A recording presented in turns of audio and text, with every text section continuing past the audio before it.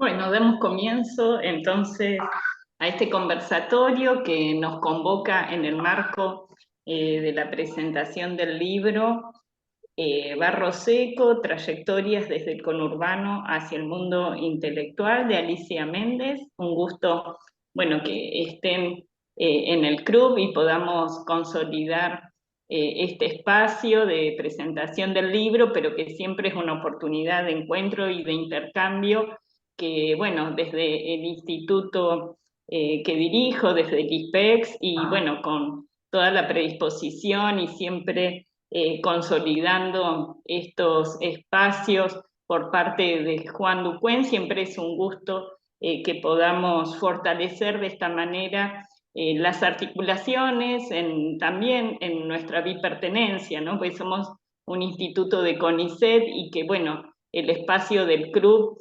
cobije este conversatorio para nosotros y nosotras es muy importante porque da cuenta de las posibilidades de trabajo conjunto y de la incidencia también de nuestras investigaciones en los circuitos, no solo de investigación, sino también de formación en grado y posgrado en el marco de las universidades públicas.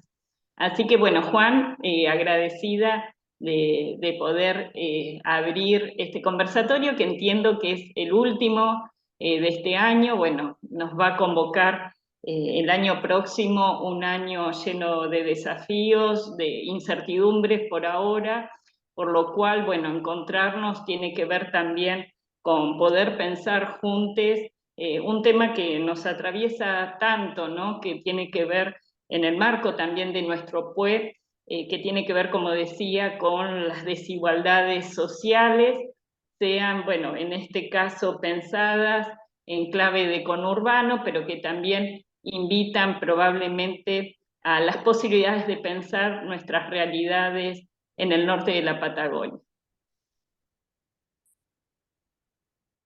Muchísimas gracias, Verónica, por tus palabras. Me da mucha alegría y una gran satisfacción estar presentando acá en Bariloche, en el club, el libro de Alicia Méndez. Y para no extendernos mucho más con esto, con esta entrada a la presentación, le quiero ceder la palabra a una de nuestras invitadas, que es la doctora Victoria Guesagui, del CONICET, de la Universidad de Buenos Aires, de la Universidad Nacional de San Martín también, para que nos brinde algunos comentarios sobre el libro de Alicia. Así que, Vicky, no sé si ya estás como para hablar. Yo miro para arriba porque nosotros tenemos la pantalla arriba, así que te cedo la palabra. Un gusto enorme que puedas acompañarnos. Hola, ¿me escuchan bien? Bárbaro. Ah, qué suerte. Bueno, muchísimas gracias por la invitación a conversar sobre el libro de Alicia. Gracias al IPEX y también a Juan. Creo que es la segunda vez que nos encontramos en este marco durante el año, así que nada, me da mucho gusto, sobre todo también en este momento en el que no hay nada como fortalecer y aferrarse a los lazos colectivos, a los lazos de afecto, y también nuestra academia está llena de eso, ¿no? Y bueno, y qué decir de también el afecto que me une, la amistad que me une con Alicia, así que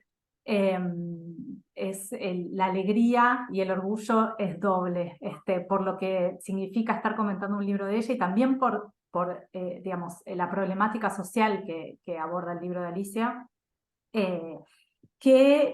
bueno, se vuelve, cobra una relevancia enorme en este momento. Quiero decirles que encontrarme con Barro Seco, con este libro, fue una oportunidad de pensar sobre muchas preocupaciones que tengo respecto de nuestra práctica de investigación académica, preocupaciones teóricas, preocupaciones metodológicas, preocupaciones personales y políticas. Y quiero que me disculpen por separar estas cosas que que están completamente imbrincadas y unidas sabemos que no hay posibilidad de separar lo teórico de lo metodológico, lo personal de lo político, la teoría de la política. Pero bueno, hago este ejercicio de separar aquellas cuestiones que estuve como pensando a medida que iba leyendo. Y en ese sentido, creo que lo que el libro permite es conversar, o sea, conversar, tener a una interlocutora que narra historias de trayectorias de sujetos, de personas que es una trayectoria ascendente, o sea, son esas trayectorias que nos encantan, que celebramos, que nos emocionan cuando aparecen y por las que muchas veces elegimos esto que hacemos, ¿no? Entonces empiezo por mencionar algunas discusiones teóricas que da el libro de Alicia, que me parece que permiten, que son una gran contribución a los estudios de las representaciones y las prácticas vinculadas a la relación entre trayectorias educativas y desigualdad social. Ali, perdón, el diminutivo, pero bueno, se mezclan los afectos con la admiración académica. Alicia en su libro reconstruye historias de un tipo de trayectoria ascendente de personas, dice ella, que en general vienen de familias privadas de tiempo escolar, que lograron una mejor calidad de vida medida no solo en términos de consumo y empleo estable y en blanco, sino que accedieron a otro tipo de ciudadanía no excluyente. Voy a volver sobre esto en un ratito, pero quiero contarles, ella, a los que todavía no lo leyeron, ella reconstruye historias de sujetos, bueno, está Malvina acá, que es una de las personas que aparecen entrevistadas y que cuenta su historia, que, digamos, nacieron en una familia en donde la posibilidad de acceder a la universidad y a partir de eso, como dice Alicia, un tipo de ciudadanía que habilita la conquista de derechos más amplios, bueno, no estaba, digamos, no era imaginable de antemano. Y en ese sentido, creo que Alicia muestra una serie de cuestiones que no son obvias en el campo de los estudios de la educación y la desigualdad. Por un lado, creo que contribuye a mostrar que la educación es muy importante para las familias de los sectores populares, de los sectores de las clases medias bajas, digamos. En general, los estudios de la educación tienden a pensar que solo las familias ricas o solo las familias de clase media acomodada hacen un esfuerzo, valoran la educación de sus hijos y hacen esfuerzos descomunales por brindar el acceso a la educación, el acceso a opciones educativas a sus hijos.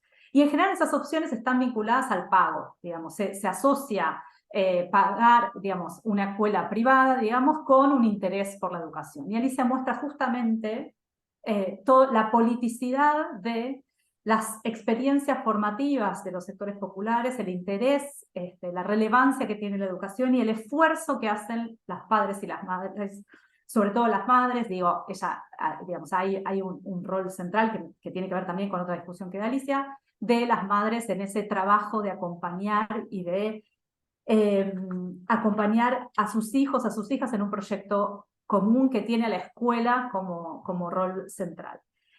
Y ahí también Alicia me parece que abre otra discusión con los estudios, incluso de una autora que ella cita, que es Agnès Van Santen, los estudios que hablan de la parentocracia, ¿no? Esa capacidad que tienen ciertos padres por poseer ciertos capitales culturales y económicos de desarrollar estrategias que les permiten cooptar ciertos espacios del sistema educativo. Y ahí me parece que lo que ella muestra justamente es que esas estrategias que realizan los padres no tienen que ver con una mayor o menor posesión de capital económico, sino con los procesos de individuación, digamos, los procesos de individuación que le devuelven a los sujetos la responsabilidad por la gestión de la reproducción, y que ahí los sectores populares, las clases medias, también ponen todos sus recursos al servicio de ciertas trayectorias educativas. Por otro lado, también Alicia discute esta relación que a veces se supone entre un cierto tipo de familia y el éxito educativo. Ella muestra cómo estas familias están, digamos, son familias heterogéneas, diversas, que atraviesan distintos formatos, modos de habitar, digamos, formas de habitar el barrio, formas de habitar, de conformar los hogares, etcétera, y que no está en el tipo de familia la razón del éxito escolar de los hijos, les hijes, digamos, ¿no? No hay, entonces, frente a esos estudios que a veces piensan que es necesario que las familias hagan ciertas cosas para que los hijos tengan acceso o mejoren sus resultados educativos, que hagan, que realicen ciertas prácticas, que esto es algo que estudia mucho Laura Cerletti, que miren los cuadernos, que vayan a las reuniones escolares, que digamos, realicen una serie de prácticas que darían como consecuencia mejores resultados educativos. Alicia muestra que acá hay una pluralidad de estrategias, una pluralidad de prácticas, una pluralidad de formatos familiares que contribuyen o que participan de estas trayectorias educativas más exitosas. Por otro lado, creo que también abre a pensar digamos, que las experiencias formativas no se cierran, no se reducen a lo que ocurre en la escuela, en el sentido de no solo incorporar algo que en la etnografía educativa mostró bastante bien, que tiene que ver con no solo incorporar otros espacios de socialización, sino también, yo creo que ella, además de mostrar eso también, agrega una dimensión que me resultó sumamente interesante, que es cómo los tiempos históricos forman parte de estas experiencias educativas. Y los tiempos históricos en dos sentidos. Por un lado, en el sentido de cómo ciertas experiencias culturales, como puede ser la primavera democrática, en el sentido de las experiencias culturales, el acceso a libros que durante los años 80 formaron parte de ciertos recorridos de las personas con las que charló Alicia, sino también los tiempos históricos en términos políticos, en términos de política estatal, en el sentido de que el tiempo en que estos sujetos se formaron, estudiaron, fueron a la escuela secundaria, fueron a la universidad, hubo, como dice Alicia, hubo un Estado. Para mí, digamos, encontrar esa expresión en el libro, hubo un Estado en estos momentos, es tan alentador, y me parece que en ese sentido como la relevancia política de su trabajo. Hubo un Estado que, digamos, que construyó escuelas secundarias, que solventó, sostuvo, defendió una educación pública universitaria. Entonces, en ese sentido también, el tiempo histórico como parte de la experiencia formativa, de lo que configura la experiencia formativa. Por otro lado, me parece que ella también da una discusión en términos de la teoría feminista, y ella muestra cómo el trabajo, ahí me parece, vuelvo sobre esta idea del trabajo que hacen las madres con acompañando e invirtiendo tiempo, un tiempo no remunerado, construyendo un uso estructurado del tiempo para que sus hijos y sus hijas pudieran estudiar, en un momento lidiando con la juntada de los chicos en el barrio para poder como proteger a sus hijas de determinados espacios. Bueno, cómo ese trabajo que hacen las mujeres muestra, digamos, pensando en esta división clásica entre lo público y lo privado, en donde la esfera de lo público sería desde ciertos corrientes feministas, digamos, pensadas exclusivamente como el espacio emancipatorio para las mujeres es el espacio de la esfera pública, y vaya que acordamos con eso, pero sin embargo ella también ve, digamos, en esta mirada etnográfica digamos, que incorpora la sutileza, que trata de escapar a la dicotomía, esta idea de que estas madres trabajadoras que trabajan a veces, voy a citar a Alicia, en algunos casos fuera de la casa y en otros casos adentro, trascendió la división entre esferas en términos de lo público y lo privado, lo productivo y lo no productivo. Y muestra que no necesariamente siempre un espacio es limitante y el otro es necesariamente emancipador. Las madres de las mujeres que me dieron su testimonio, dice Alicia, redoblaron, por ejemplo, los límites de lo doméstico para que los peligros que implicaba el afuera, en el caso de sus hijas, no malograran el proyecto de conquista de recursos simbólicos que se daría en el ámbito de lo público. Creo que ahí también hay una discusión, un aporte del libro de Alicia. Bueno, por otro lado, en términos metodológicos, siempre me dio mucha envidia que Ali elige los sujetos con los que trabaja, sujetos que admira, que quiere, que les tiene mucho amor, digamos, ¿no? No es en general el caso de los sujetos con los que yo trabajo. Pero en este caso, además, me parece que en ese querer contar la historia de estos sujetos, digamos, todo el trabajo que estos sujetos y sus familias realizaron para poder construir este proyecto colectivo que se da en función de esta trayectoria de movilidad social ascendente, Ali, y esperen que busco mis notas, por un lado ejerce, creo que el libro de Ali digamos, lo tiene que leer, lo tenemos que leer en metodología como una forma de mostrar eso que llamamos así a veces, muy abuelo de pájaro, co-construcción del conocimiento. Efectivamente, acá hay una co-construcción del conocimiento que será justamente motivada por ese afecto que ella tiene con sus sujetos, pero ese afecto es un afecto que en este caso me parece que en paz, digo, vieron, en la antropología siempre estamos trabajando con la tensión entre mantener la distancia justa, ¿no? En nuestro trabajo de campo, con los sujetos con los que trabajamos. Y esta afectividad que circula en este trabajo de campo, lejos de ir en detrimento de la investigación, creo que contribuye a la rigurosidad, en el sentido de que Ali, digamos, intenta que esas historias que está reconstruyendo se transformen en los términos de la investigadora y que respeten, digamos, el código de sus entrevistados. Y en ese sentido, lo que hace cuando ella los entrevista y después les devuelve las entrevistas digamos, para que ellos puedan leer y ellas puedan leer y ver, digamos, con qué se sienten más cómodos, con qué cosas se entendieron, se interpretan de esta manera cuando se leen escritas y en realidad quieren explicar mejor, etc. En ese sentido, lo que está haciendo ella es acercarse a una mejor manera de describir y contar el mundo de los otros. Creo que esa reflexividad es la que deberíamos tener todos, digamos, siempre que hacemos etnografía. Por otro lado, también, digamos, este texto digamos,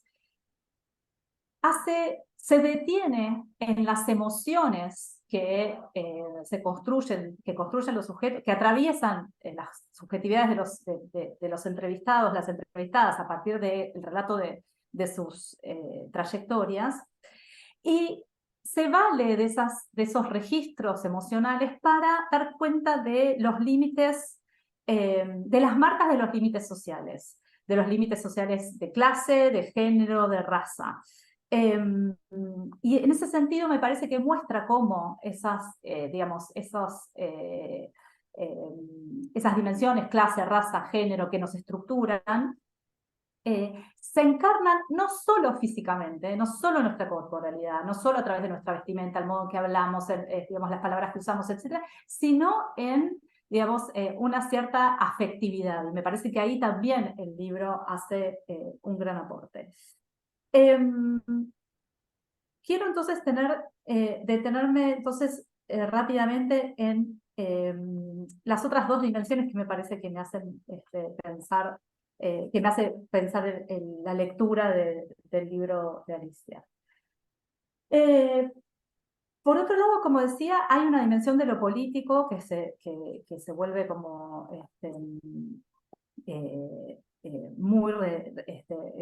muy evidente en la lectura de este texto, en un momento en el que, bueno, pareciera que todo lo que sea del orden de lo colectivo, lo comunitario, entorpecería el desarrollo de los sujetos individuales, digamos, o incluso el desarrollo de la vida social. Bueno, el libro de Alicia muestra cómo, por un lado, cómo las trayectorias sociales se construyen en un contexto que está mediado por el barrio, por las relaciones de solidaridad y de cooperación entre vecinos, por las políticas de Estado. O sea, no hay vida individual sin un contexto, un entramado, ni siquiera es un contexto, porque estoy pensando en una definición de contexto específica. Quiero decir, un entramado de relaciones que las vuelven posibles. Y eso me parece que es una batalla que hay que reponer. Porque es la batalla que parece que hemos perdido en este momento, digamos, donde el sentido de lo colectivo parece desarmarse. Por el otro lado, también leyendo las experiencias de estos sujetos en la universidad pública, también me pregunto por cómo quienes estamos, quienes transcurrimos por la universidad pública, también participamos de los procesos de exclusión, en el sentido de que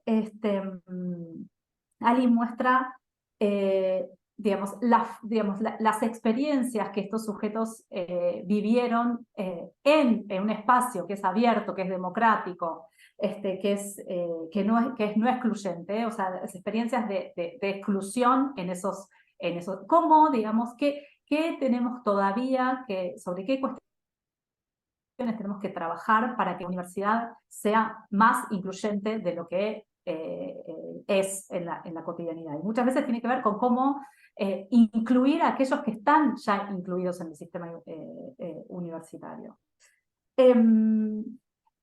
Por otro lado, creo que este libro permite dar, digamos, una discusión con las derechas en este momento, a partir de una palabra que, voy a usar una categoría muy amplia, que es el progresismo, les dejó a las derechas, que tiene que ver con la meritocracia. A Alicia le interesa muchísimo el tema de la meritocracia. Ya lo trabajó en su libro anterior sobre el Colegio Nacional de Buenos Aires, sobre las experiencias de socialización y las experiencias formativas de los alumnos del Colegio Nacional de Buenos Aires, la institución meritocrática por excelencia. Lo trabajó en ese momento y acá vuelve a trabajar sobre la idea de meritocracia. Pero yo creo que acá le da una vuelta superadora y que nos permite, nos da al espacio progresista, si es que existiera algo de eso, pero digamos al campo de lo popular, digamos, unas, digamos, herramientas a partir de las cuales discutir con ciertos planteos de la derecha. Y cuando ella dice que las historias con las que ella, los sujetos con los que ella trabaja, las historias que ella releva, construyeron un saber muy particular, la cito Alicia, y un estilo propio para vivir en un mundo social que no es el de origen. Esas historias son una versión democrática de la meritocracia.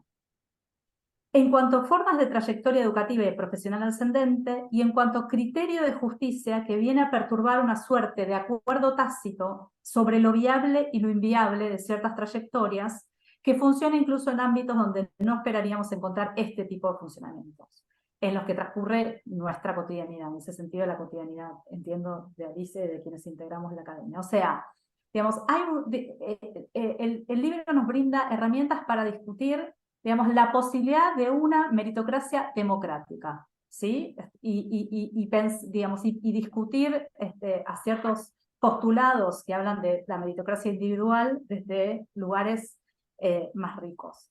Por otro lado, creo que es bien política la definición de ascenso social que toma Alicia. No es un ascenso social que esté reducido al consumo y al empleo estable.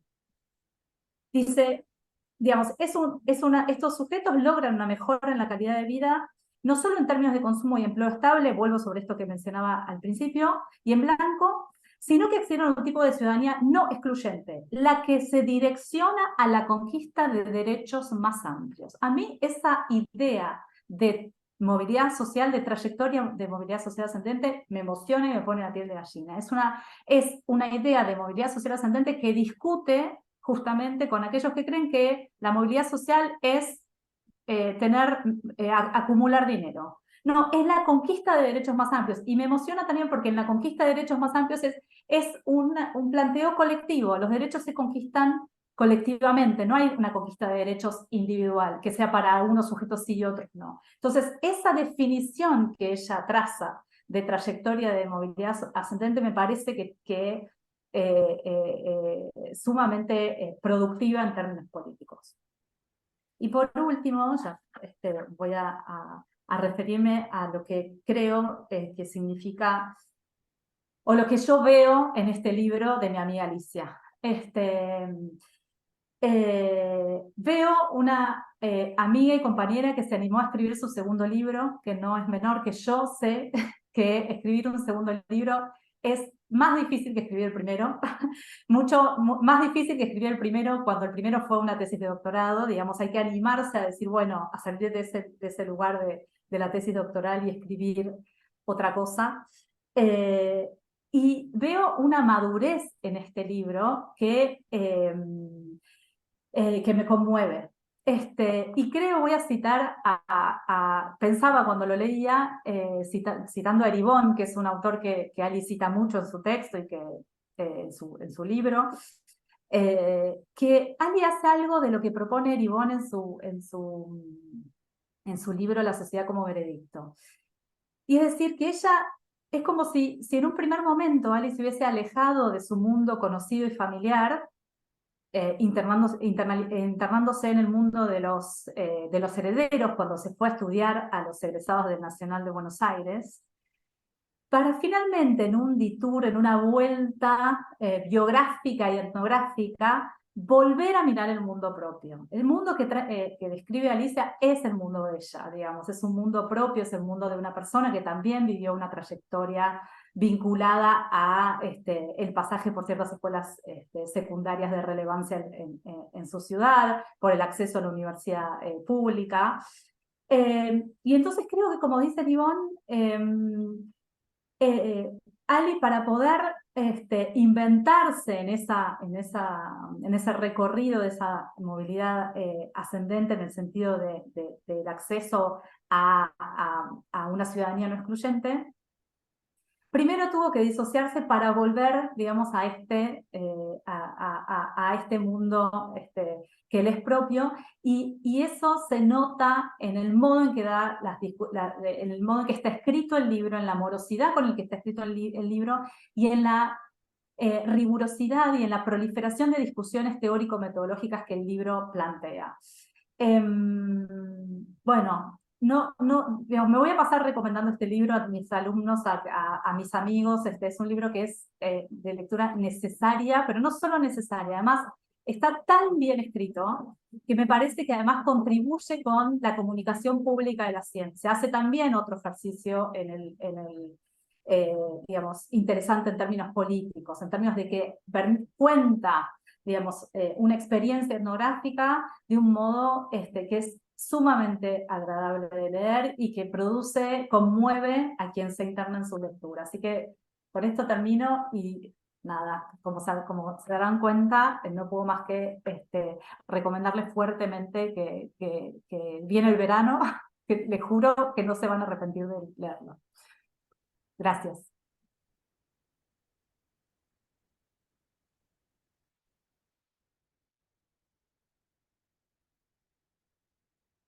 Muchísimas gracias, Vicky. Muchas gracias por tus palabras.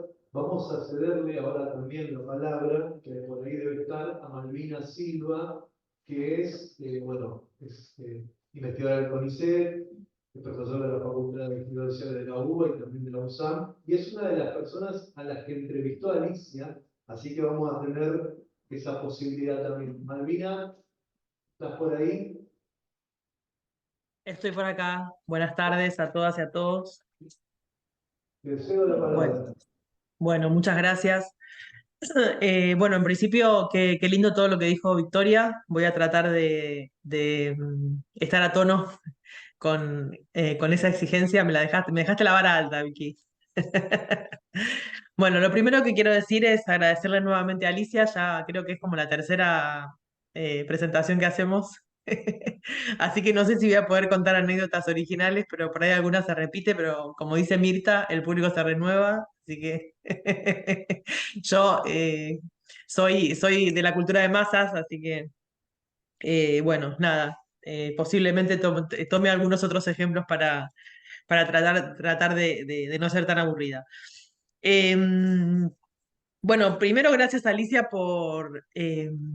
por invitarme a participar de este proyecto, por elegirme entre esas trayectorias de hijos de trabajadoras, lo digo en femenino porque en mi caso es así, bueno, que decidieron en un momento de su vida y después de haber tenido muchos hijos, que la séptima apuesta, que vendría a ser yo, era la bala final para tratar de justamente lograr ese ascenso social que tanto se había deseado. La verdad que todas las historias que forman parte del libro son historias conmovedoras, son historias movilizantes, son historias justamente de esa movilidad social ascendente que Vicky recién definía, y son historias que en este contexto nos dan esperanza, porque fueron trayectorias que se construyeron en la postdictadura y en el menemismo, digamos, que son, bueno, sí, sin lugar a dudas, contextos muy adversos, digamos, ¿no? Para la política en general, para la política entendida en términos de la pelea por el poder, para justamente que ese poder se distribuya entre las mayorías. Entonces, creo que es un libro que también, creo, como decía Victoria, es necesario en este contexto para seguir apostando a la educación y para seguir peleando por nuestros derechos. Como tengo un día sensible, no me quiero poner a llorar hablando de mi historia, pero sí querría contar sintéticamente lo que el libro significó para mí, con lo cual es probable que llore, pero bueno. Lo primero que significó, digamos, cuando yo fui entrevistada por Alicia, ya había tenido la suerte de entrar a la planta permanente del CONICET como investigadora, ya era docente concursada en las dos universidades donde trabajo, que eso es digamos, no solamente es el mérito de haber logrado, sino que es un logro también de parte de la educación pública y de parte de la ciencia y la tecnología públicas de la Argentina. Entonces dejé de ser la analista de la realidad social de los demás y pasé a ser la analizada. Tuve que convertirme en una persona que contaba muchas de las cosas que formaban parte de mi anecdotario personal, digamos, o que solamente conocían mis amigas y en algún punto a mi familia. Y eso me permitió también aprender metodología y como decía Victoria, yo creo que este es un libro que tiene que ser enseñado también en las clases de metodología de las ciencias sociales porque creo que aporta muchísimo para pensar justamente esta tensión, ¿no? O esta supuesta distancia que efectivamente pareciera que hay que tomar con el objeto de estudio para poder analizarlo. Eh, que yo a la sazón lo hice en mi propia tesis de doctorado con mi propia familia, utilizando, digamos, ¿no? Mi vínculo con mis sobrinos para hacer una etnografía en las bailantas, en los bailes de cumbia del conurbano. Entonces la pregunta que Alicia me obligó a contestarme a mí misma es cuál es el lugar del afecto en la construcción de conocimiento y de qué manera uno puede ser crítico sin perder ese afecto. Porque no es que el cariño que uno puede tener con sus entrevistadas y sus entrevistados, con sus nativas y sus nativos, es algo que le impide conocer. Y ese es un debate que hay que seguir dando dentro de las ciencias sociales. Porque todavía hay un montón de personas de muchas generaciones distintas que piensan que cuando hay una cercanía emocional, no se puede construir conocimiento objetivo, y lo digo entre comillas porque es entre comillas. El conocimiento siempre es subjetivo, siempre está atravesado por nuestras debilidades, por nuestras historias y por nuestras propias trayectorias, con lo cual lo de la objetividad también claramente está en cuestionamiento. Lo segundo que me permitió el libro fue valorizar mi trayectoria, pero no como propia, no como mía, sino como un ejemplo de lo que se puede. Conocí las trayectorias, digamos, yo soy amiga personal de algunas de las personas de Héctor y de Fernanda Molina, de Héctor Pavoni y de Fernanda Molina, pero también conocí a Omar Hacha y a Virginia Manzano en digamos, en esa redada de presentaciones del libro y en los encuentros que Ali nos propuso, y nos emocionamos juntas y juntos, y fue como muy justamente motivador saber que éramos más de los que uno pensaba. Yo cuando entré a la UBA, después de haber sufrido el CBC, hecho en Ciudad Universitaria, viviendo en La Matanza, eso implica, para que ustedes tengan una noción de distancias, 2 horas y media de colectivo de ida y 2 horas y media de colectivo de vuelta, todos los días que cursaba, que eran 4 a la semana. Yo salí de los primeros días, salí de la UBA llorando, salí de sociales llorando, pensando que, como le cuento a Alicia en el libro, que se me iba a notar que yo venía del conurbano, que tenía Ciudad Vita pintada en la cara, que no iba a poder. Entonces, cuando me encontré después de tantos años y de tanta agua pasada bajo del puente, con trayectorias de otras personas que habían pasado lo mismo que yo, me sentí reconfortada, pero sobre todo me sentí nuevamente esperanzada de que hay una herramienta para el ascenso social que aún no ha declinado del todo y que sigue siendo el horizonte de muchas familias trabajadoras, que es que sus hijos y sus hijas y sus hijes vayan a la universidad, que es algo que se discutió tanto en la campaña, es algo que está puesto tan en cuestionamiento en este momento de nuestra historia política, lamentablemente.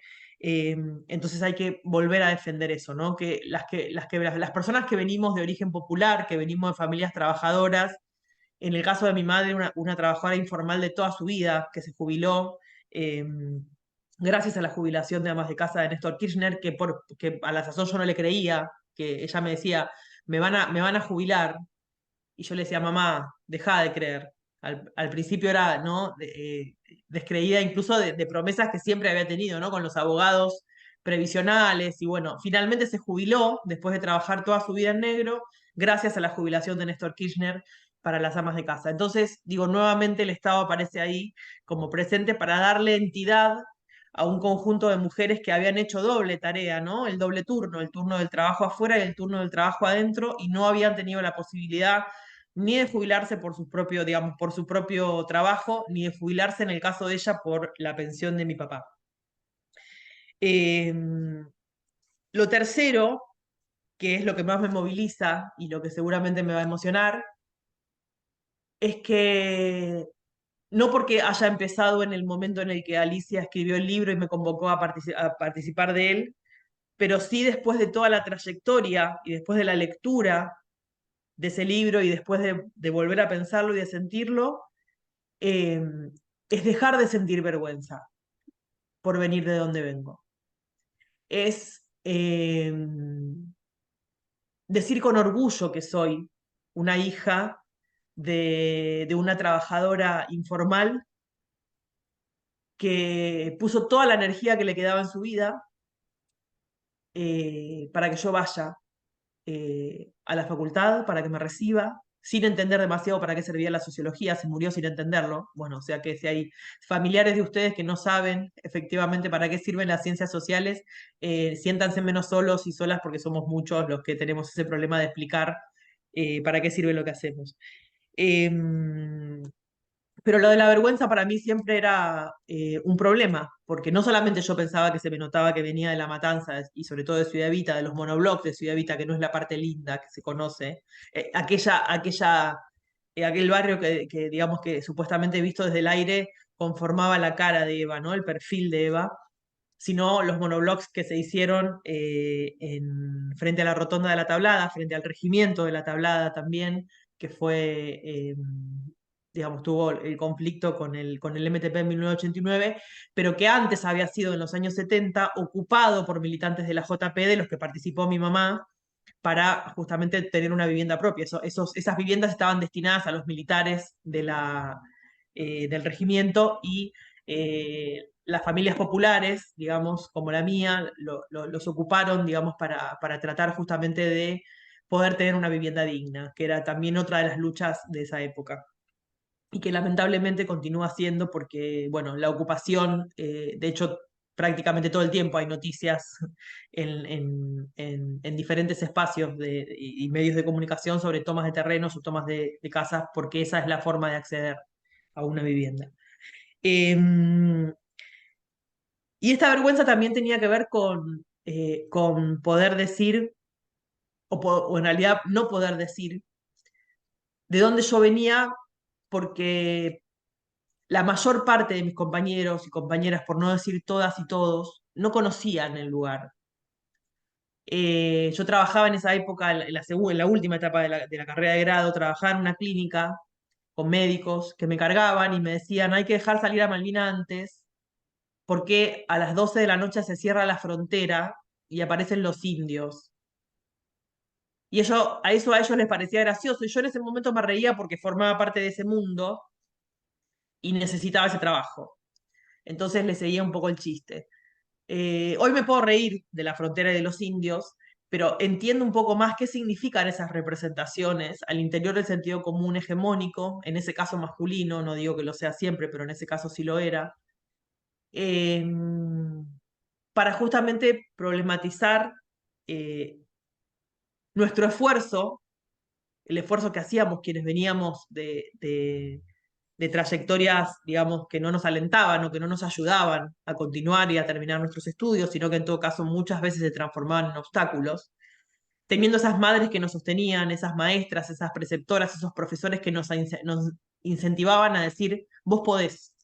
Yo tenía miedo del CBC y mi preceptora, que hoy en día todavía es amiga, me decía, vos vas a poder pasar el CBC. No tenés que tener miedo de eso, vos lo podés hacer. Esas palabras, esos incentivos, esos pequeños actos de justicia simbólica, que significa que alguien te aliente a decirte, vos podés hacerlo, tenés que tener confianza, significan un montón cuando uno los analiza a la distancia y cuando uno se ha transformado en un analista de la realidad social, pensando justamente en cuáles son, digamos, las jerarquías que se establecen en la escuela primaria, en la escuela secundaria, digamos. Yo era víctima de discriminación porque los padres de mis compañeros no dejaban que mis compañeros vengan a mi casa, porque veían a mi barrio como un barrio peligroso, que de hecho lo era, digamos, en un montón de instancias, y en otras instancias había un montón de gente de afuera del barrio que venía y no le pasaba nada, pero bueno, como siempre estaba el peligro de que sucediera algo, la posibilidad de que sucediera algo, entonces yo siempre iba a la casa de los demás. Y eso fue llamativamente lo que me permitió establecer vínculos por fuera de mi barrio, algo que mi mamá alentó durante toda mi vida prácticamente hasta que se murió, lo alentó, porque ella quería justamente que yo desarrollara vínculos que no fueran con lo que ella llamaba, reproduciendo los mismos estigmas contra los que yo lucho hoy en día, los negros del barrio. En esa época yo no iba a una escuela pública, porque las escuelas públicas que rodeaban mi barrio, según ella, estaban llenas de esos mismos negros del barrio, con lo cual ella lo que hizo fue pagar escuelas privadas a contrapelo de todos los indicadores económicos que atravesaban nuestra vida cotidiana, pero lo hizo. Y me quedé pensando en la anécdota de mirar los cuadernos, ¿no? Como uno de los ejercicios, digamos, de control y de acompañamiento que obviamente muchos y muchas de nosotros hacemos con nuestros hijos. Y yo recordaba que mi mamá nunca me miró un cuaderno porque estaba todo el tiempo trabajando. Entonces yo tenía el autocontrol sobre mí misma y sobre mis tareas y mis obligaciones. Yo era la persona que se planchaba el uniforme, la que se hacía la comida, la que compraba lo que se necesitaba para la casa, la que limpiaba cuando era necesario y la que también estudiaba para estar al día con las materias y ser una de las mejores alumnas. Entonces, querría cerrar para no extenderme demasiado en el monopolio de la palabra, que como se dieron cuenta es algo que no me cuesta, en justamente volver al gran acierto, que para mí al gran aporte, o uno de los grandes aportes, porque el libro tiene muchos aportes, que es no creer que nuestras trayectorias son trayectorias meritocráticas. No pensar que nosotros pudimos porque nos esforzamos o porque solamente teníamos algo distintivo. Mi vieja siempre decía, algunos nacen con estrella y otros nacen estrellados. Posiblemente para justificar la diferencia, digamos, entre de 7 hijos haber podido mandar solamente una a la universidad. Ella decía que era porque yo había hecho caso de su mandato y los demás lo habían ignorado. Yo creo que es bastante más complejo y no creo que sea solamente una cuestión de decisiones individuales. Eh, las trayectorias de quienes pudimos efectivamente se basan en un deseo, que es algo muy potente y muy fuerte que tiene el ser humano y que nos excede en el análisis porque por más años de análisis que tengamos, no podemos meter el psicoanálisis aquí, pero tiene que ver también con la existencia de políticas de Estado, de políticas públicas, de una universidad como en mi caso la Universidad de Buenos Aires, que me abrió las puertas con un montón de limitaciones, pero con un montón de posibilidades también. Entonces, aprendiendo a sortear esas limitaciones, dándonos la cabeza 1.000.000 de veces contra contra la pared, perdón, peleando en el departamento de alumnos para que te reconozcan o te anoten en una materia, también eso te enseña justamente a lidiar con un mundo que es hostil en muchas de sus posibilidades y en muchas de sus características, digamos, pero que sin embargo me nutrió a mí no solamente de unos saberes que me abrieron la cabeza de una manera que nunca más se pudo cerrar, porque eso es lo maravilloso de la educación, que nunca más vos volvés a hacer lo que eras antes. Es algo que te transforma, que te revoluciona de una manera profunda y conmovedora. Eh, Digo, esa meritocracia que muchas veces nos quieren hacer decir, bueno, vos llegaste porque pudiste, ¿por qué los demás no llegan? Y bueno, porque a veces no todos tienen, no solamente el deseo, porque no es una cuestión solo del deseo, la posibilidad de dar un salto que te diga, vos tenés derecho a eso. Digo, no sé si conté esta anécdota la vez pasada, pero la vuelvo a contar. La hija de una amiga mía, que es directora de una escuela en La Tablada, que es una de las localidades de La Matanza, cuando yo le comenté, ella quería estudiar danza y le comenté que en la Universidad de San Martín, donde yo tengo mi sede de investigación, que es una universidad hermosa, daban la carrera de danza, y había un montón de posibilidades para que ella estudie. Ella me miró y me dijo, ¿sabes lo que pasa, tía? Que eso es mucho para mí. Entonces yo me volví a conmover y volví a sentir que ahí había todavía un abismo entre justamente lo que las políticas públicas ofrecen y lo que muchas veces las niñas, los niños, los adolescentes sienten que tienen derecho a ocupar. Haciendo trabajo en la Villa 1114, una de las cosas que pasaban, digamos, era que para que las chicas y sobre todo las chicas no se escaparan del barrio, a mí mi mamá no me dejaba juntarme con los vecinos. Pero en la Villa 1114 lo que nos contaban un montón de mamás y de agentes de salud con los que yo trabajé es que directamente había chicos que no tenían sube para no poder subir al colectivo e irse. Y eso implicaba que en la escuela secundaria muchas veces las excursiones fueran de la Villa 1114, que queda en la capital, que es la ciudad más rica de la Argentina, su excursión del año, el lugar a que fueran a conocer el año, fuera el obelisco. No que pudieran hacer un viaje de estudios como hacen muchos de nuestros hijos a algún lugar más lejano, digamos, ¿no? O sea, el obelisco como un límite, el subte como un límite.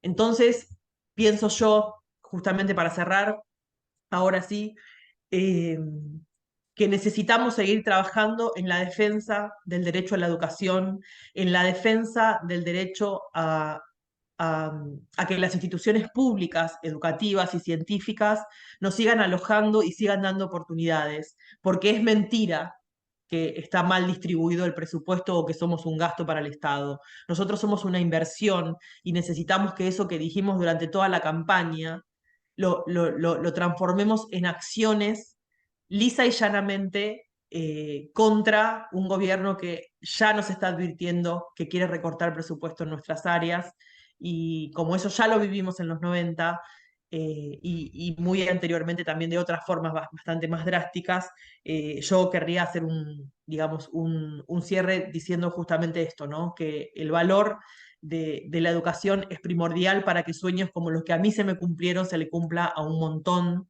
de personas más y no seamos excepciones, sino un poco más de reglas. Así que simplemente lean el libro de Alicia porque, como dijo Victoria, no se van a arrepentir. Muchas gracias.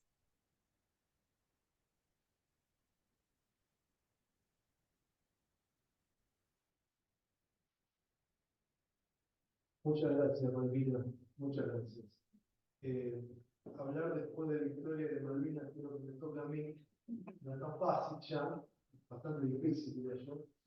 Pero quiero aprovechar, para contarles algunas cosas, decirles algunas palabras sobre el libro de Alicia, que fue una que hemos conversado con ella en su momento y puedo hablar a todos, que la dejamos hasta el final para que no se vaya nadie. ¿Sí? Pero antes de eso quiero hacer algunos agradecimientos. En primera instancia, el Instituto Alipex, ahí tenemos el banner, por permitir esto, por permitir este evento, por acompañarnos en este tipo de conversatorios que venimos realizando ya desde el año pasado, al club, por habilitarnos este lugar, a Gustavo Cayón Pichurlev, que se cargó esto al hombro, organizó, conversó, habló con toda la gente que conoce, el profesor de esta casa de estudio, así que muy agradecido con vos, Gustavo, a Victoria, a Malvina y a Alicia por venir, por estar, por habilitar esta posibilidad de compartir el libro, que es súper interesante, ya después vamos a comentar dónde lo pueden leer online. Bueno, a mis compañeros y compañeras del equipo de investigación que estamos ahí ya empezando a poner en marcha acá el equipo de investigaciones sobre trayectorias de lead y clases altas acá en Bariloche. Y contarles algunas cosas que venimos hablando con Alicia sobre el libro. Estas trayectorias atípicas o poco frecuentes pueden conectarse con una discusión que hay en la sociología de la educación, una discusión que ya es clásica a esta altura del partido, que viene de la década del 60 por lo menos, que tiene que ver con la tensión entre reproducción de privilegios y excepciones, con el problema de la meritocracia, tal como lo plantearon las compañeras, y con la desigualdad. Hay un sociólogo de la educación que se declara a sí mismo como un burdiano heterodoxo, se lo dijo a Victoria en una entrevista, acá está Victoria, no me va a dejar mentir, se llama Bernard Bastier, es francés, y él le discute a Bourdieu el problema de la reproducción. Dice algo así: la necesidad económica puede vivirse también como sentido de aprovechamiento de las oportunidades escasas. O sea, en forma contraria al esto no es para nosotros, señalado por Bourdieu, y que viene al cuento de lo que dijo Malvina sobre la sobrina que dice, no, eso es mucho. Digo, esto es para pensar la tensión de los fenómenos. Digo, no caer en una mirada miserabilista, populista, y no caer, por el contrario, en una mirada legitimista de las relaciones de poder en el ámbito de la cultura. ¿Sí? Se puede ver de otra manera, ya que una condición de clase, dice la GIR, puede significarse de diferentes formas en relación con la trayectoria social de quienes habitan esa condición de clase. En el caso de Francia, que es lo que estudia la GIR, él muestra cómo en familias de clases populares, donde no hay un capital cultural legítimo, que es lo que estamos conversando acá, un conjunto de prácticas de vigilancia moral y de ordenamiento regular del uso del tiempo se incorpora en los niños y las niñas que después en la escuela encuentran un desarrollo favorable, porque tienen, como dirían los beberianos, afinidad electiva con las prácticas escolares. Algo también interesante ver aquí en las jóvenes inmigrantes de Argelia van a vivir, por ejemplo, a París, ¿sí? Que el estudio, ¿no? Las cuales se ocupan de gestionar, por ejemplo, los gastos de la vida doméstica y las relaciones con las administraciones estatales, las burocracias, o sea, que tienen que hacer trámites burocráticos. En esas prácticas aprenden, adquieren disposiciones planificadoras del uso del tiempo, por ejemplo, que nuevamente en la escuela encuentran un lugar favorable. ¿Por qué? Porque hay nuevamente afinidad electiva. Entonces, como para dar un marco a todo esto que venimos charlando, son cosas que hablamos bastante con Alicia, yo les voy a leer algunas pequeñas partes del libro que tengo la suerte de que han sido también señaladas en algún punto por quienes me antecedieron en las palabras. En la página 30 dice Alicia: en esos encuentros con Malvina, Además de todo lo amoroso que se generó en términos de un intercambio intelectual y una riqueza que ni siquiera pude imaginar que ocurriría, también se construyó conocimiento autorreflexivo. Esto lo señalaba Victoria más temprano. Malvinas me marcó algo con respecto a lo que yo leía en términos de diferencia, la devoción materna. Ese término alude a la inversión en tiempo y atención que, según la investigadora especializada en élites educativas, Agnes Van Santen, las madres burguesas hacen en la educación de sus hijos. Implica llevar y traer de las múltiples actividades escolares y extraescolares, controlar amistades, ayudar a estudiar, así como dispensar a los niños de realizar cualquier tipo de tarea en el ámbito doméstico. Malvina, una socióloga nacida en uno de los barrios más pobres de La Matanza, me observó, cito a Malvina, solo te agrego que mi vieja lo hizo mientras trabajaba de varias cosas a la vez, pero su tiempo libre lo dedicaba a atenderme para que yo pudiera estudiar. Malvina me hablaba de la devoción materna, dice Alicia, sin comillas, es decir, sin la distancia que se tiene hacia un discurso que es de otro, con la que Van Santen acudió el término. Creo que lo mismo pasa con otras eufemizaciones que funcionan en el universo de las élites como principio de legitimación de su posición. En primer término, la meritocracia. Pero mi intención es examinar también, dice Alicia, en la trayectoria de los actores de la etnografía, otros temas que no son eufemizaciones, pero sí dispositivos que parecen ser una cuestión privativa de la reproducción de las élites, o al menos así las estudiamos los que nos dedicamos a ese tema.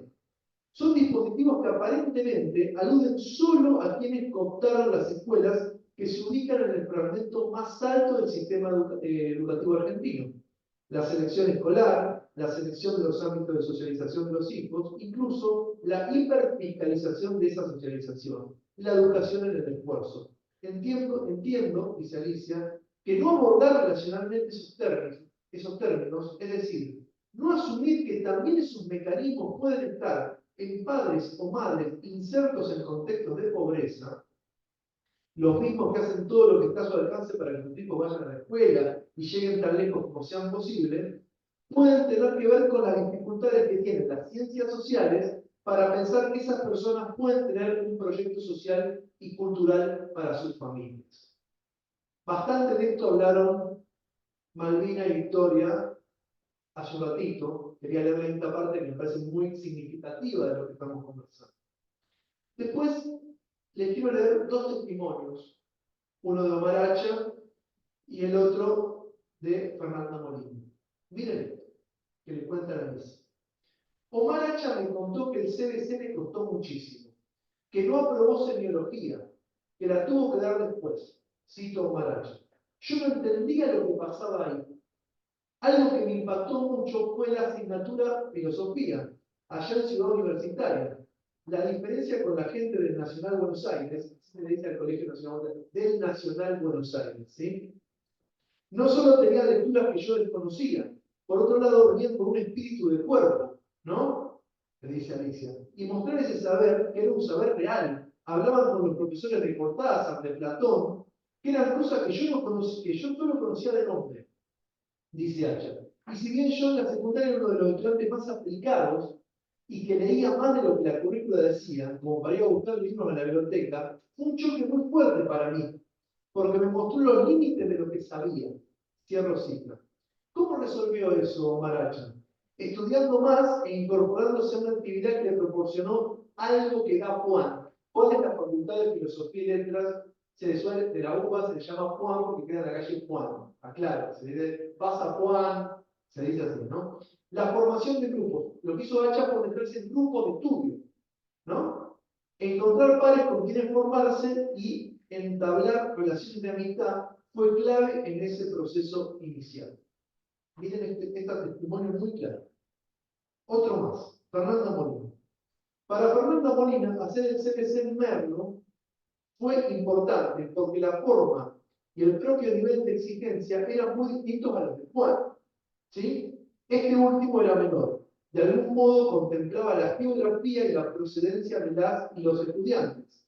Tanto es así que en esa instancia de ingreso, después de ser una alumna con 10 de promedio, no paraba de sacarse 5. Fíjense, y le dice a Alicia, mirá que yo estudiaba, pero no lograba revertir. Observaba a sus compañeros, entre los que había egresado en el Colegio Nacional de Buenos Aires. Eran las primeras clases y uno de ellos dice, bueno, ¿podemos hablar de esto? Que es el protocapitalismo, ¿no? Y esa dice, yo no tenía la menor idea y me parecía mega brillante. Fíjense esto, fíjense el tema de los conceptos, del lenguaje, incluso la forma de preguntarle a los profesores, la forma de hablar, lo digo yo, por mi parte, ¿no? Esa pregunta le hizo sentir una diferencia insondable con ese alumno.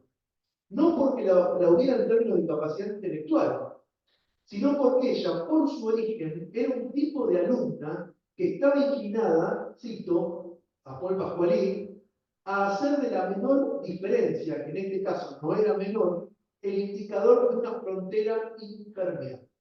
Bueno, esto es lo que yo quería compartir con ustedes, algunas partes del libro, y sin mucho más que decir, ya le cedo la palabra al autor. Muchas gracias.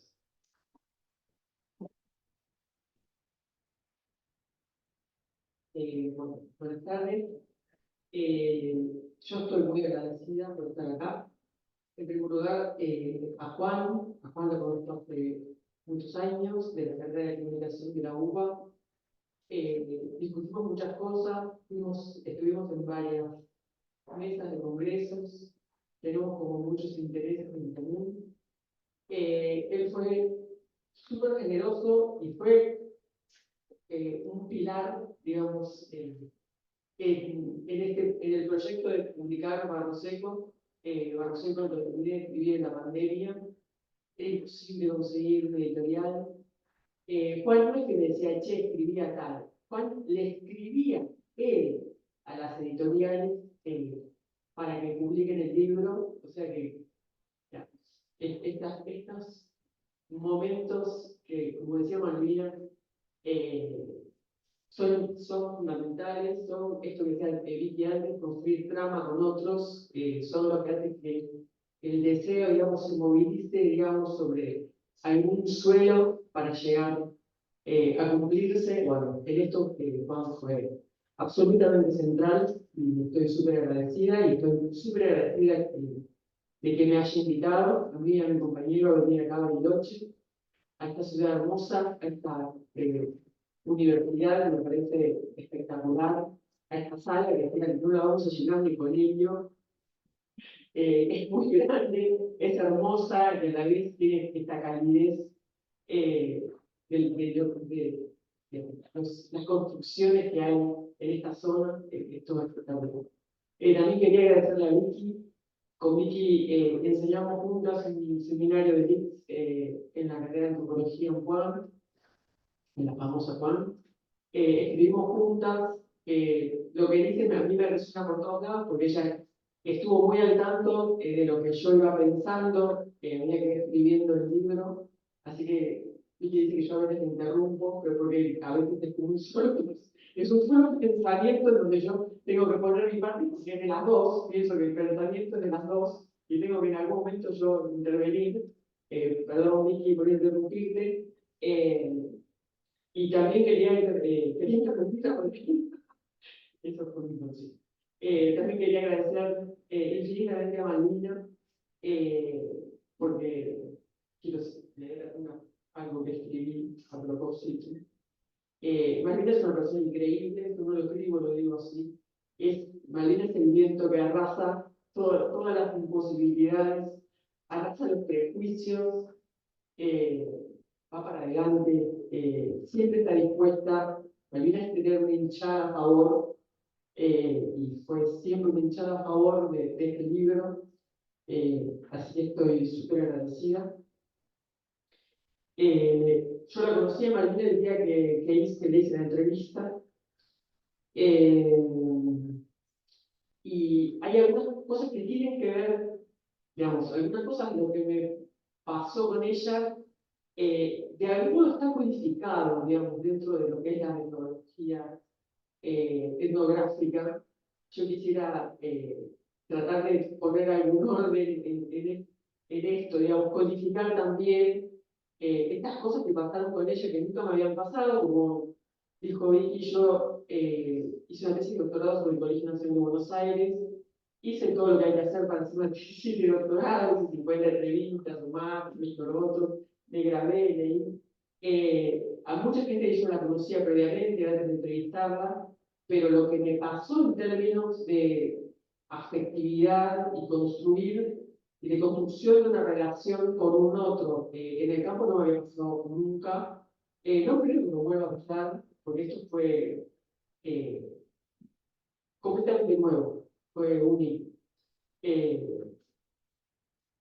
Yo había leído, y leí hace poco un texto de Julieta Quirós, en donde ella habla de la importancia de ir tejiendo relaciones personales y de confianza durante el trabajo de investigación, porque dice Julieta, por medio de esas relaciones, es decir, de nuestra participación, entre comillas, en un universo de vínculos, como producimos conocimiento.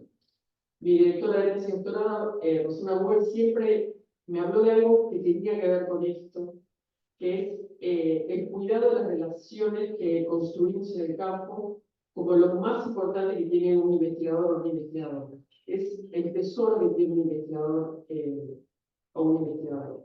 Pero bueno, no me había pasado nunca sentir esto, nunca me había pasado haber sido tratada tan amorosamente por las personas que fueron mis entrevistados, que siempre son muchísimo más que entrevistados. Pero me pasa otra cosa, además de esto, que está como bastante ya trabajado, pensado, a propósito de la metodología de investigación, que es que yo con Malvina y con otras personas que son las protagonistas del libro Barro Seco, sigo pensando cuestiones teóricas con ellos, incluso las sigo pensando después de que el libro fue publicado. Hace más o menos un mes la fui a escuchar a Malvina, porque en la facultad donde las dos trabajamos en ciencias sociales, la habían invitado a una clase especial. Y ahí pasó algo, yo pude empezar a pensar algo mientras ella hablaba, que tiene que ver con el hecho de que ella sea una experta en el campo por el cual, o una experta en la materia por la cual yo la interrogué. Y esto que empecé a pensar a partir de escucharla, y tiene que ver con algo que ella dijo con sus propias palabras, que es la insatisfacción respecto de la teoría. Ella puede hablar mucho mejor que yo respecto de su insatisfacción respecto de la teoría. Y a medida que escuchaba, fui pensando que esto de la insatisfacción respecto de la teoría es algo que le pasó a otros investigadores. Por ejemplo, a Claudito Bensequén, en el libro sobre el fanático de la ópera, a él le pasa algo así. Él es hijo de un director de orquesta, pasó buena parte de su infancia tras las bambalinas del Teatro Colón, o del Teatro de La Plata, o en la cocina, esperando que su papá termine de dirigir un concierto. Y le pasó esto de que, por ejemplo, la idea del arte entendido como estatus, según Weber, o el arte entendido como dominación ideológica, según los autores de la Escuela de Frankfurt, o el arte entendido como capital cultural, según Bourdieu, a él no lo ayudaban a entender el carácter afectivo del apego a la obra. También le pasó a Denis Merkel, un sociólogo uruguayo que vivió muchos años en Argentina, de hecho vivió en el mismo barrio donde vivió Malvina, en Ciudad Vista.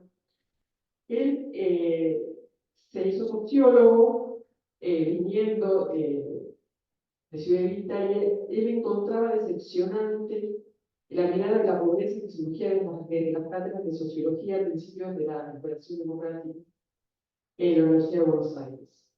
Para él, poco de ese mundo construido desde la academia había en las casas de sus amigos y compañeros de escuela de Ciudad Vista, en el Partido de la Matanza, o en los terrenos inundados detrás del arroyo Mario, en los que ese sociólogo hizo su camino de canillita. Lo que Merkel llama una mirada estrábica, una bifurcación de la perspectiva que en general suele ser muy dolorosa, a mí me parece un saber diferencial que tienen personas como Malvina. Es una posición subjetiva que se traduce en la lucidez de alguien que se viene haciendo preguntas sociológicas desde siempre, desde que le empezó a tocar, tratar de aprender aquellas realidades del barrio muy pobre, en el que todavía vive parte de su familia, al mismo tiempo que tomó contacto con estos discursos de la sociología. Esa insatisfacción frente a estos discursos que encontré en Malvinas y los otros protagonistas de Barro Seco me abrió una nueva perspectiva para pensar las series. Ya un poco se habló de esto, todos estamos pensando las mismas cuestiones. Es decir, me hizo sentirme a mí también insatisfecha respecto de conceptos que solo se usan para pensar una población determinada. Quiero decir, no hay solo entre las madres de los sectores acomodados un trabajo, una preocupación especial y un cuidado para resguardar la escolaridad de los hijos, como ya vinimos planteando. Dentro de las grandes diferencias que existen, no es tan distinto lo que hace una familia que da por sentado el camino de los estudios largos para sus hijos de lo que hicieron las madres de los protagonistas de Barro Seco. La existencia misma del proyecto, la selección de la mejor institución dentro de lo posible, para que se formen, el cuidado de su entorno social, el control del tiempo para que estudien, la supervisión de un entorno silencioso para realizar la tarea intelectual, que es un trabajo que hacen específicamente las madres, son cosas que las personas hacen o no hacen por sus hijos, en la medida de sus posibilidades y al margen del lugar que ocupen en el mundo social. Porque las clases populares no necesariamente se allanan a la idea ya mencionada por Juan de esto no es para nosotros, como también dice la sociología crítica francesa, e intentan aprovechar todo lo posible las oportunidades. Desde otro punto de vista, yo llevé durante todo este año mi libro a las sedes porteñas de Flaxo, a la de Vidais, a la Feria del Libro, a la Universidad de La Matanza y de General San Martín, estas dos últimas dos en el conurbano bonaerense. He conversado con los estudiantes a propósito de la cuestión sobre la que versa el libro. Las personas habían leído previamente Barro Seco, no se lo habían descargado. Algunos venían de hogares obreros, otros estaban muy cerca de personas insertas en contexto de pobreza por su propio trabajo. Y sin embargo, las charlas fueron esperanzadoras. No porque las perspectivas de cambio o de ascenso social durante hace 4 meses fuesen ciertas, sino porque, por un lado, algunas instituciones educativas centenarias y algunas políticas de apoyo a los estudiantes de zonas periféricas persistían, pese a los grandes problemas de la educación pública. Y porque hay instrumentos relativamente nuevos que resultan inclusivos. Las nuevas universidades que el Estado acercó a los barrios más humildes, y una ley que a las mujeres les permite decidir si quieren ser madres y cuándo, o si en cambio quieren encarar una carrera universitaria con la perspectiva emancipadora que esa posibilidad concita. Por eso, cuando en cada presentación me preguntaron si yo pienso que experiencias como las que el libro narra se podrían repetir, yo siempre contesté, no sé, no tengo datos para dar una respuesta seria, cierta, ni seria, pero que sí podría decir que los recursos para propiciar el acceso social no surgen de la mano, que en nuestro país no es pertinente referirnos a los protagonistas de esas trayectorias ascendentes como lo hizo Bourdieu, es decir, en términos de milagritos. También dije en todas las oportunidades que por eso mismo, este problema está relacionado con la cuestión de la meritocracia, que siempre vuelvo, como dijo Vicky, a la cuestión de la meritocracia, y sus condiciones de posibilidad, y que no debemos desatender el hecho de que se trata de una categoría sociológica, al margen de los usos internos del que es objeto en el medio no académico, particularmente por parte de la derecha, como dijo Manuel. La meritocracia es un modo de ascenso social cuya existencia nos habla de la fluidez de la sociedad que la habilita o propicia, y tiene que ver con la distancia entre el punto de partida y el punto de destino de una carrera profesional, o con la cantidad o el tenor de los obstáculos que debieron observar quienes hicieron ese recorrido meritorio. Hasta aquí lo que dice la teoría. Pero en la primera presentación de Barro Seco surgió otra cuestión que fue el centro de una discusión entre la investigadora Sandra Ziegler y los protagonistas del libro. Tiene que ver con las connotaciones políticas del término por el hecho de no dar cuenta del carácter colectivo del proceso en cuestión. Esto es, por no reconocer los apoyos y sostenes que exceden al núcleo familiar y que hacen posible la experiencia.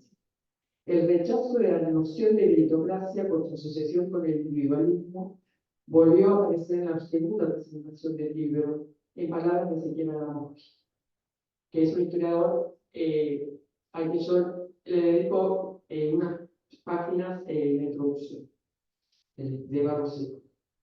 Es que el tipo de trayectoria que documento no hubiera podido existir sin la familia, sin los vecinos que cuidaron a las chicas mientras las mujeres trabajaban, sin los amigos del barrio que acercaron el modo a la facultad, sin las amigas de la asociación de scouts que impulsaron a seguir con el proyecto de hacer una carrera universitaria en medio del desánimo, o sin el compañero que apareció un día por casa con un reporte de diario con la ficha de inscripción a la universidad en tiempos en que no había internet, sin los compañeros de estudio de la facultad que dieron contención y ayudaron a materializar los proyectos políticos e intelectuales y los iniciaron en algo que a mí me gustaría seguir pensando, que es en la felicidad de la teoría, en la felicidad que le ocurre a alguien cuando la teoría da en la tecla. Es en ese sentido que es productivo pensar a partir de las excepciones. Por un lado, como dijeron Vicky y Malvina, porque las excepciones pueden ser un sustrato a partir del cual se piensa en políticas públicas, y por otro lado, porque las excepciones nos hablan de un tipo de subjetividad colectiva que tiene un suelo común de tradiciones intelectuales y políticas, de narrativas, de lucha, de reivindicaciones conquistadas, que en algún momento se convirtieron, por eso mismo, en políticas públicas, que han tenido más o menos fuerza en los distintos periodos políticos. Ahora nos encontramos en las vísperas de un periodo cuyo signo es opuesto a esa tradición emancipadora. El de un individualismo que puede ser autoritario o no, del que abrevan las derechas del mundo. Quienes lo apoyaron no son quienes forman el 1% más rico de la población, ni están formados eminentemente por financistas, ni se trata en todos los casos de personas que son neofascistas.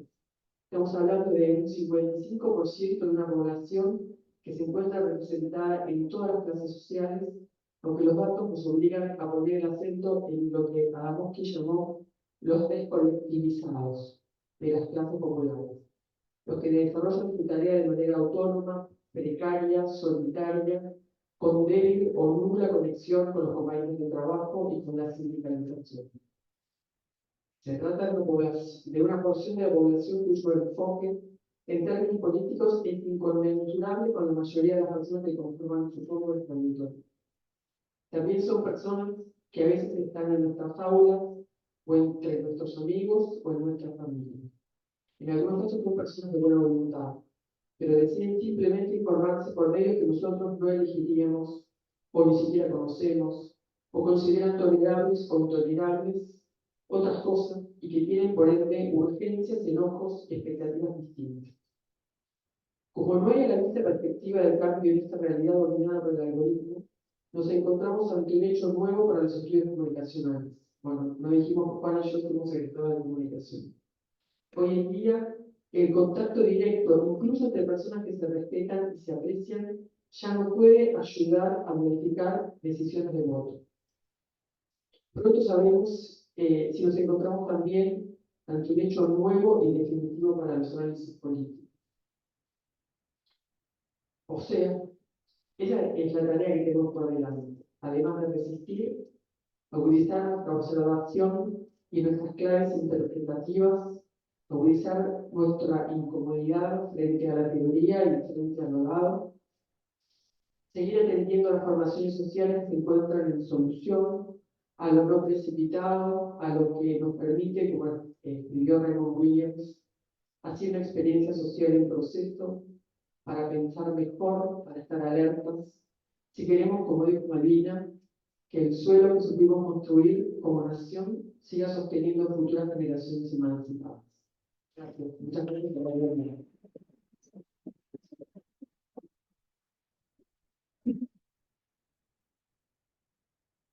Bueno, muchas gracias a quienes están aquí presentes. Si quieren hacer preguntas, ¿no? ¿Quieren hacer alguna pregunta a la autora?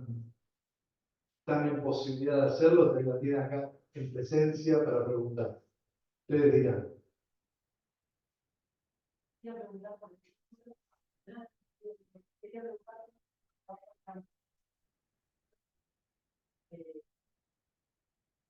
Para nosotros es algo que surge del testimonio de Fernanda Molina. Fernanda Molina es una historiadora también del segundo cordón del conurbano, y ella me contó algo que después en la presentación del libro, en la primera presentación, dijo que nunca se le había contado a nadie, con lo cual fue bueno, chao, ya está, me puedo morir tranquila, que ya está. Que es que ella llegaba a la escuela, ella vivía en el segundo cordón conurbano, pero yo a una escuela nacional en el primer cordón, en Ramos Mejía. Y no quiero quizás dar nombres porque quizás voy a estar todo el tiempo explicando en qué lugar queda cada cosa, y doy como referencias como un poco más generales. En Ramos Mejía, a este colegio iba gente de una clase media bastante acomodada. Ella tenía que vivir en una calle de tierra. Y lo que pasaba es que los días de lluvia había una chica que vivía más al fondo que ella, se le embarraban las zapatillas y más o menos para el segundo recreo, la tierra que quedaba en las granaderas de la suela de las zapatillas empezaba a caer seca. Tac, tac, tac. Y ella tenía terror de que a ella le pasara lo mismo, porque había unos pibes que se sentaban atrás, pibes del centro de la Mejía, que se reían de esa chica a la que se le caían los pedacitos de barro seco. Y ahí se el nombre del libro. El trabajo de campo, bueno, yo no trabajo en CONICET, soy docente en la Facultad de Ciencias Sociales de la UBA y soy docente de Flaxo y soy docente en colegio secundario, o sea que trabajo mucho. Soy el tipo de docente que trabaja los fines de semana y las vacaciones, de docente, de investigadora. Así que se tomó su tiempo el trabajo de campo. La primera entrevista se la hice a Héctor Pavón, periodista, editor en jefe de la revista Emi y Clarín, un muchacho de San Miguel, en las vacaciones de 2016. Bien, para que estén. Bueno, ¿alguna pregunta más? Sí. ¿Yo puedo hacer un ejemplar del libro de algún ya sé que está libre la descarga?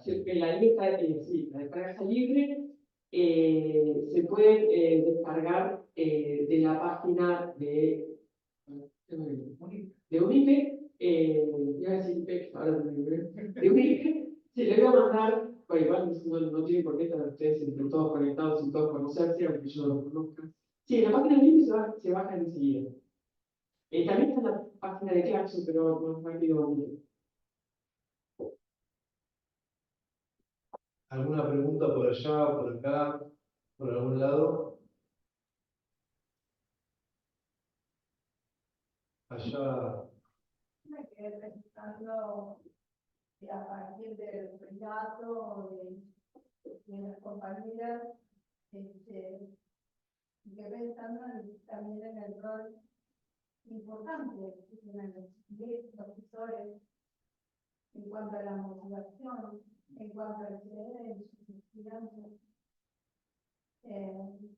Y que a veces una cuestión de clase o de haber olvidado de dónde uno salió, lleva a decir afirmaciones como, por ejemplo, ¿para qué preparas tanto esto? ¿Para qué le decís sentido por el destino? Vamos, pero ¿para qué? ¿Y cuántos de estos crees que ir a la universidad? Eso me pasó en una escuela pública de maravillosa. Yo ya estoy obligada, afortunadamente, porque no quiero ser cómplice de esta Y además cada vez está más difícil dar clases en las escuelas estatales y públicas, y que encuentran mucha habilidad que los está adoctrinando. Entonces, es terrible eso, ¿no? Pero me quedo con esto de este rol tan importante en la escuela secundaria, de la motivación, de creer en nuestros estudiantes y también damos parte de las herramientas construidas para que luego al menos la puedan pilotear en la universidad. Y después en la universidad, yo estudié en esta universidad y tengo un par de profesores que en las cosas buenas soy parte de su creación y que también me motivaron, creyeron y me acompañaron hasta el final. Por eso fue muy movilizante para escuchar esos testimonios. Así que bueno, me quedo con esto de que los docentes tuvimos un rol juntos. A mí a veces me dicen que yo idealizo un poco, soy demasiado optimista.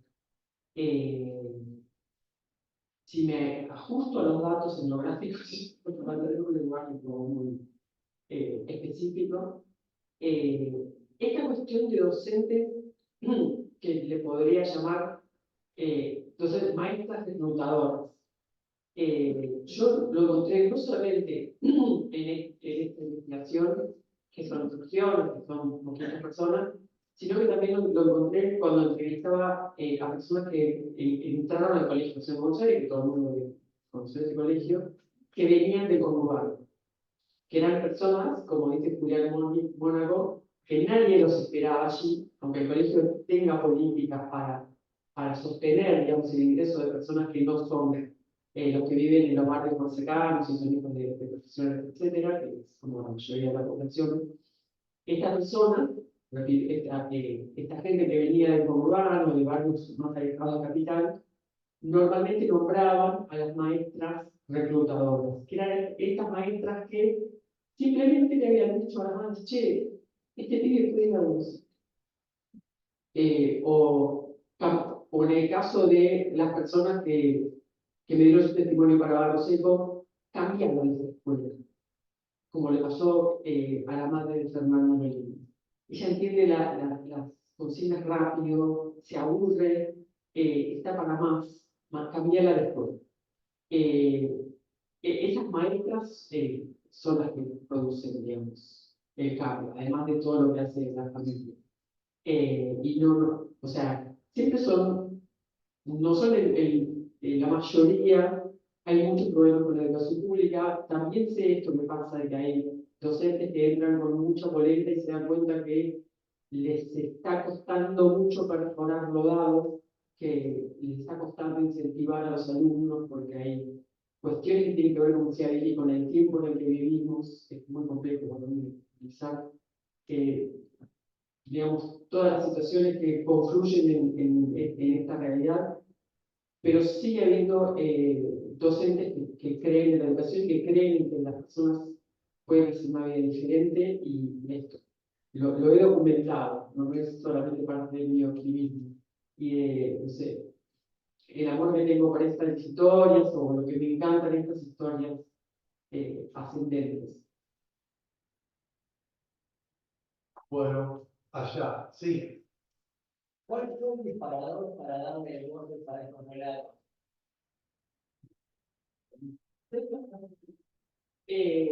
Como dijo Vicky, yo tengo que hacer una aclaración. Lamento, Vicky, que me quieras dar ese aura, pero no la tengo. Yo no soy una milagrista.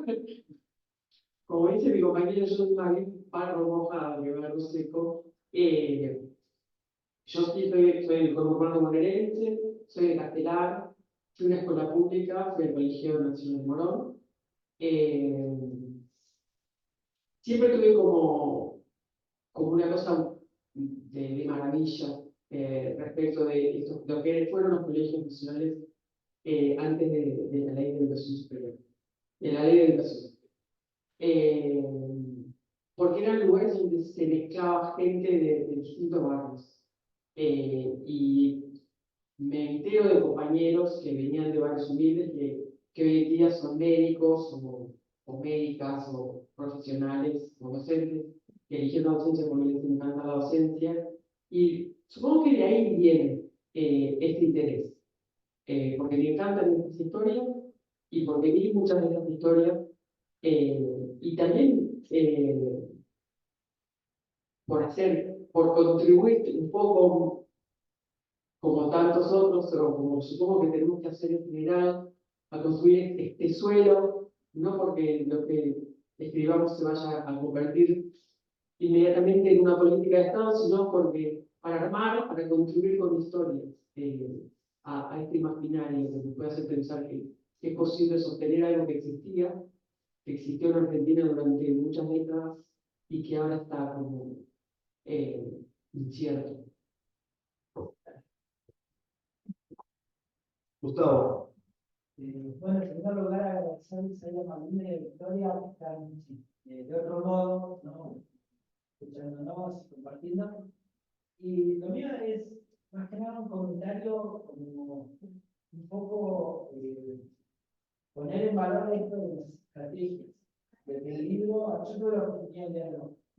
Y también me hizo un poquito de ruido cuando recién estaban del título, porque cuando está la parte de Virginia Manzano también cuenta esta cuestión de Eduardo Seco del colectivo con su hermana. Sí, entonces yo pensé que también era de responsabilidad de estos dos lugares, ¿no? Esto de cómo se construyen indicadores arriba del colectivo, ¿no? Que como nosotros vivimos en la zona de la tierra, queremos llegar sentados en el colectivo y bueno, ahí no nos sentemos porque ese tiene barro en la zapatilla, por lo tanto va hasta donde vivimos nosotros. Entonces busquemos a alguien que no tenga barro en la zapatilla, como una estrategia de línea en ese momento, ¿no? Y volviendo a esto de las estrategias en general, cómo también nos ayuda a pensar los modos en los que nosotros como docentes, ¿no? Yo particularmente trabajo en primeros años de la educación superior, tanto en formación docente como en el instituto, como en la universidad, tenemos que también alentar a que esas estrategias surjan entre los estudiantes. Como fomentar que esas estrategias son colectivas, no son individuales, ¿no? Me parece que en eso el libro, mapeando las distintas estrategias que tuvieron niñas que iban a la escuela primaria, o sea, gente que iba empezando a la universidad y terminal, pero que muestra ese carácter colectivo, que es un carácter colectivo que no siempre es asimétrico, sino que es entre pares, entre mi hermano y yo, entre mis amigos, entre mis compañeros, entre profesores, ¿no? Me parece que eso es muy notable en el libro. Sí. Sí, absolutamente. Sí, y también puede ocurrir que adentro de una misma familia haya socializaciones distintas y que un hijo vaya a la universidad y otro no, pero, digamos, a propósito de esto que decía Vicky, cómo se va armando una trama a partir de este hacer colectivo. Y también de las estrategias, por supuesto, de las estrategias personales, pero que también hay alguien que incentive, alguien que ayude, alguien que muestre, ahora bueno, las realidades cambiaron, la pobreza de hace 20 años es distinta a la de ahora. Antes era fundamental que alguien traiga un papel y te diga, che, existe una universidad mucho más cara que la UBA, ahora tenés esta y quizás no te enteraste. Bueno, ahora también hay universidades en el conurbano bonaerense. Sí, estoy de acuerdo con lo que decís vos, estoy de acuerdo con lo que dice Vicky de este quehacer colectivo, me parece que es uno de los puntos de apoyo del libro. Sí. Y lo de Barro Seco, me gustó cuando apareció de vuelta esa referencia, pero iba más hacia el lado de lo que decía Fernando, por esta cuestión de la mirada, por esta cuestión de que esto que dice Malvina de tener el barro en la cara, siempre va a haber alguna cuestión por la que te vas a sentir incómodo. O sea, Malvina hablaba de la vergüenza como un sentimiento que puede llegar a ser productivo, pero también incomodidad. O sea, cualquier cosa se puede convertir en un signo para que alguien sienta la incomodidad y la vergüenza. Eso es algo que a mí me movilizó mucho cuando estaba haciendo las entrevistas. Tampoco es que lo miro como una sorpresa y como algo nuevo, porque también yo en algún momento sentí vergüenza y también en algún momento sentí incomodidad, pero es como, termina funcionando como una frontera, como demasiado pesada, que a veces trunca trayectoria. Bueno, ¿alguna pregunta más? ¿Algún comentario que quieran hacer a partir del libro? Está bien. Yo quería comentar algo, ¿sí puede ser? Sí, adelante. Te vas a contracturar, Juan. No, me parece precioso todo el recorrido que fueron haciendo. La verdad es que invita al entusiasmo de poder sumergirnos en esta lectura prontamente. También, bueno, escuché que se podía descargar, así que también desde el instituto, una vez que colguemos la grabación, podemos difundir el link.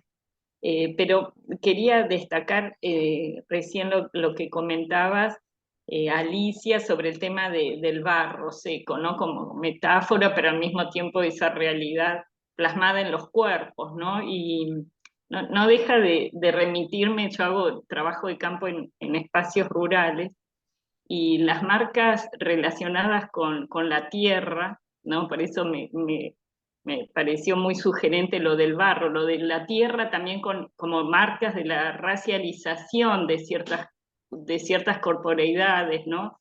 Vinculadas a las pertenencias de clase, ¿no?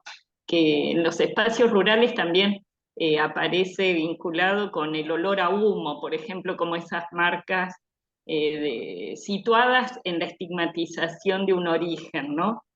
Qué sé yo, en una entrevista, en una rueda con huerteras, por ejemplo, hace poco una huertera contaba que mientras cursaba magisterio, una carrera relacionada con la docencia en un instituto de formación docente acá en el Valle de Neuquén, en Centenario, había localizado, como ella se trasladaba desde la chacra en la que trabajaba con su familia, una canilla para poder enjuagarse los pies antes de entrar al instituto, ¿no? Como ese despojo de pensar la habilitación a la circulación en ese espacio, ¿no? Y en otro caso, me acuerdo trabajando con horticultoras, en otra zona en Río Negro, la mamá nos contaba que la hija, un par de semanas antes de iniciar en marzo las clases, dejaba de trabajar en la tierra para que se le fuera lo negro de las manos, ¿no? Y me parece como tan significativo en función también de lo que contaban tanto Victoria como Malvina en relación a tu libro, Alicia, de estas implicancias también de las emociones, de la vergüenza, etcétera, situadas en esas marcas de las trayectorias, pero al mismo tiempo en esa racialización vinculado a la tierra, al barro. Me parece fundamental para situar, ¿no? La articulación en esas trayectorias de las marcas de la racialización y la clase, ¿no? Sí, es precioso lo que decís. Qué lástima que ya por leer el libro, porque esto que estás diciendo es fundamental, como que cierra toda esta cuestión del barro seco. Voy a ver si Pulsar me deja meter un comentario. Sí, me acordaba de otra cosa que contaba Virginia Manzano, que es que ella vivía en un barrio y al lado había una villa. Y que para ir a la escuela tenía que atravesarlo caminando. Bueno, la mamá de Virginia es maestra y es socióloga, y les iba contando a Virginia, no sé si estaba su hermana en esa trayectoria, no sé cuántos años le lleva la hermana de Virginia, y les mostraba que el lugar de donde las familias sacaban agua para tomar en la villa, estaba al aire libre y que corría también la tierra, el barro seco de vuelta.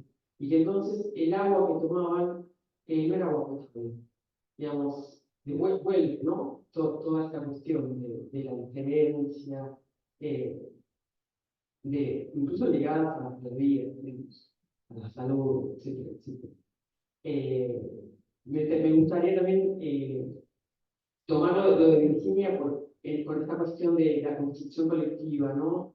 De cómo la meritocracia, este tipo de meritocracia de la que se está hablando en estas historias, es evidentemente colectiva. Digamos, es democrática y es colectiva, y no solo es por las personas que cuidan, las personas que dan información, sino las personas como la mamá de Virginia, que son personas que ya desde chiquitas las fueron sensibilizando en una mirada hacia el otro, en una mirada amorosa hacia el otro, y una mirada preocupada, digamos, hacia el otro. Bueno, la mamá de Virginia le daba clases a los chicos en el verano en su casa, los llevaba al centro de la ciudad, al cine, a las librerías, para que conozcan, era la primera vez que iban al centro de la ciudad, digamos, este tipo de personas que proponen un cambio, que hacen cosas que no hacen el tema. Volvemos a la cuestión de las maestras. Pese a que la situación es como muy preocupante en la educación pública, es un hecho, digamos, existen este tipo de personas. Por eso hay que seguir estando acá. Bueno, no sé si alguna compañera o un compañero quiere decir alguna cosa más, hacer alguna consulta o pregunta o comentario. Si no, ya nos estaríamos despidiendo antes de que se cierre la universidad y nos quedemos adentro. Yo sé que nos gusta mucho, pero bueno, también hay reglas, claro. ¿Hay alguna pregunta, alguna consulta más? ¿O estamos? Bueno, vamos a despedirnos con un fuerte aplauso entonces.